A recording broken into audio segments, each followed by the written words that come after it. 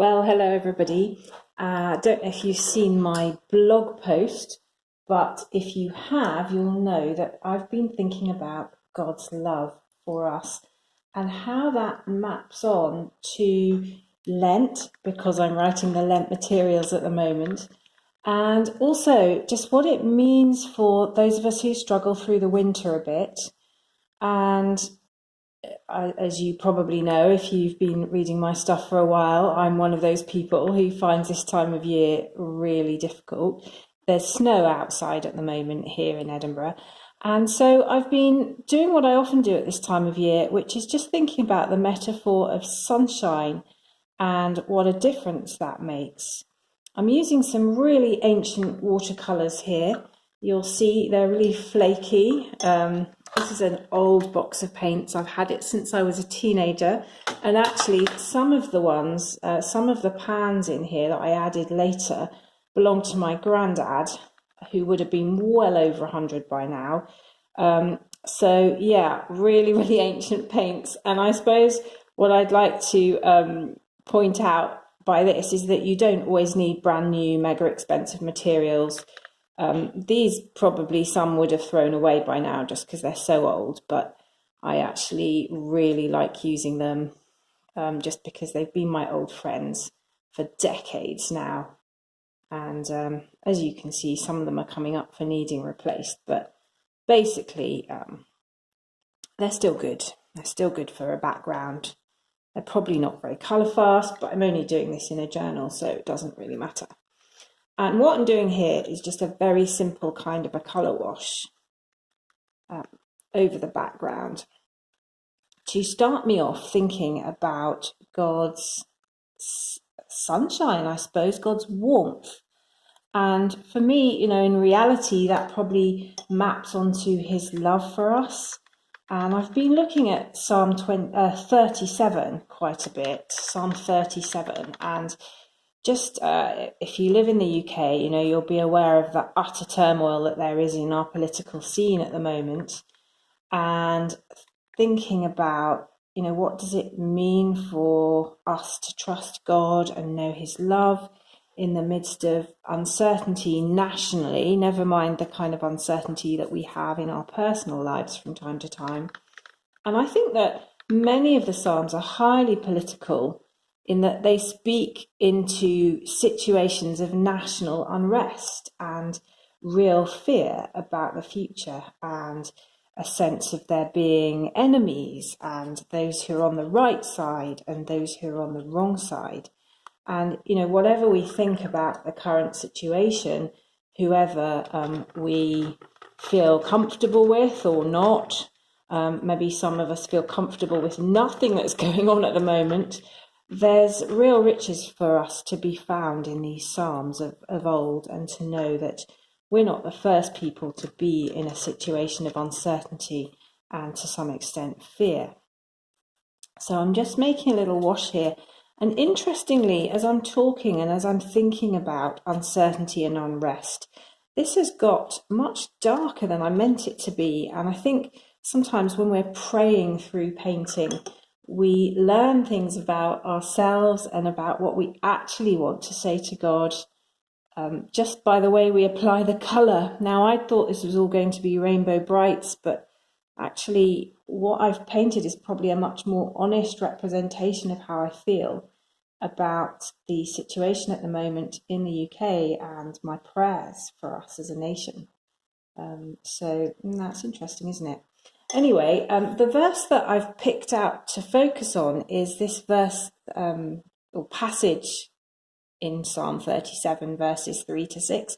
And it's talking about being in a situation of uncertainty and unrest, but actually taking delight in the Lord as the response. And going back to my blog post, talking about the noonday sun and how, ultimately when we trust God, even in difficult situations, even in situations that seem really hopeless, then his righteousness shines like the noonday sun. And there's a real hope in that. So from a position of trust, we then find the hope, the warmth, the sunshine. And that's really speaking to me at the moment, particularly because I'm writing the Lent materials in the context of the days lengthening and the sunshine of the Lord emerging in our lives and hearts as we think about his love for us. So that all is meaning something quite important to me. So I'm just sticking down some paper here. I got this from Paperchase a while ago. It's just wrapping paper. Really like it because of the bright, vibrant colours. And this is much more of the palette that I'd kind of expected to paint. So I might do a bit of bright over here just to echo that. So let's have some bright yellow. Got a bit of green mixed in here, but never mind. There we go, and we'll get some orange going on as well. And just brightening this up. Now, because these are really old paints, I'm having to use quite a lot of water to get them going. And that can be the case when you're using old materials. But as I say, they still work really nicely. So just got some of that coming along here.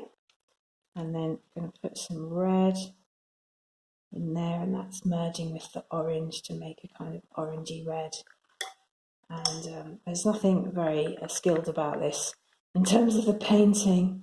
I'm just really playing with the colour and letting the water kind of merge. And there's something I think really powerful spiritually about this kind of activity where it's almost like the water and the paint is doing the praying for me, if that makes sense.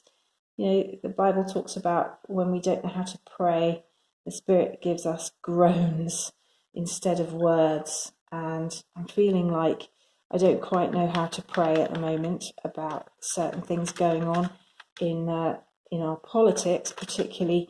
And so I'm kind of letting the paint do the groaning, if that makes sense. And just popping some more green on there to give it a sense of freshness and saying, Lord, you know, give us some new hope and some new perspective, and give us, you know, what you want for us, the green growth. So there we go. That's kind of representing how I feel. Now I've got this washi tape here, which actually was also from Paperchase and goes with the wrapping paper. So really loving that. And I'll just put that down on that side. And I don't have my little ruler with me right now, so I'm going to use the blade of some scissors just to cut that off. There we go. So we've got that there. And I might put some up here along the top as well. And that's got a little butterfly, which, as I've said before, I often think of symbolising prayer. So I'm just keeping that butterfly there, and there's another one further along the tape just there, and that's kind of helping represent my sense of prayer in the situation. Now I'm going to stick this card down, and I think I'm going to do it on a slant, but I think I need some more green just to represent the sense of hope and growth and change. I'm going to pop that down the edge there. So just putting that down there. And as I said, these old paints, they're quite slow to activate and you have to work quite hard with them, but I like the effect. And the other thing I like about using older materials that aren't all perfect is, for me, that does represent God's interaction with us through history and his faithfulness, and the fact that, you know, things often don't look perfect, but we can still trust him. And as we look back through the ages, we do get a picture of how he's been graciously involved in our lives. So I'm just letting that dry a little bit. Might actually help it along its way. That's where I want to stick the card. So I'm going to stick that there on a diagonal, and it's going to obscure some of my prayerful paint, but that doesn't matter at all because it's done its job in terms of being my prayers in this situation. Now, this journaling card that I've written the verse on came from a pack called Oh My Heart by Pink Paisley, and I've had it for ages, and I I'm just really trying not to hoard these kinds of things and to actually use them.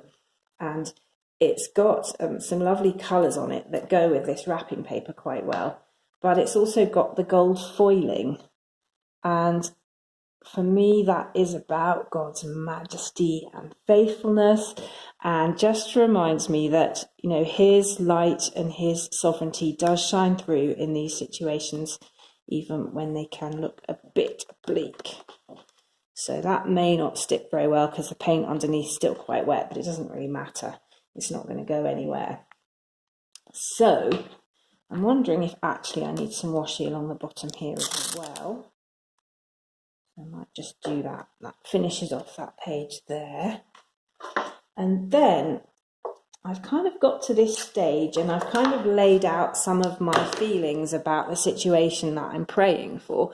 And I've got this verse that I'm thinking about and praying into. And I'm thinking about the desires of my heart and the noonday sun coming out here in the yellow.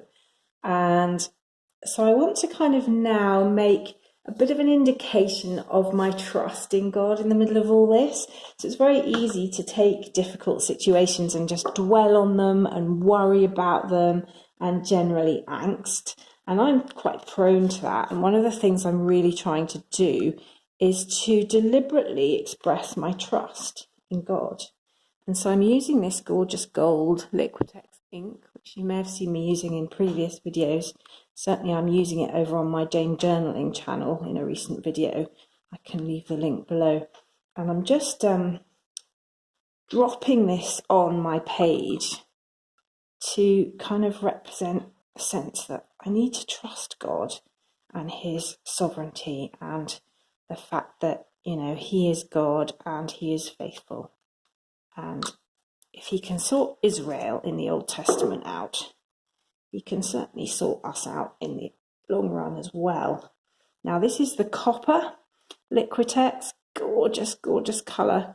Iridescent rich copper is what it's called. So I'm going to add a bit of this as well, just because I like it really. And I'm making a right mess, but for me it's kind of constructive mess, because it's mess that has a message behind it.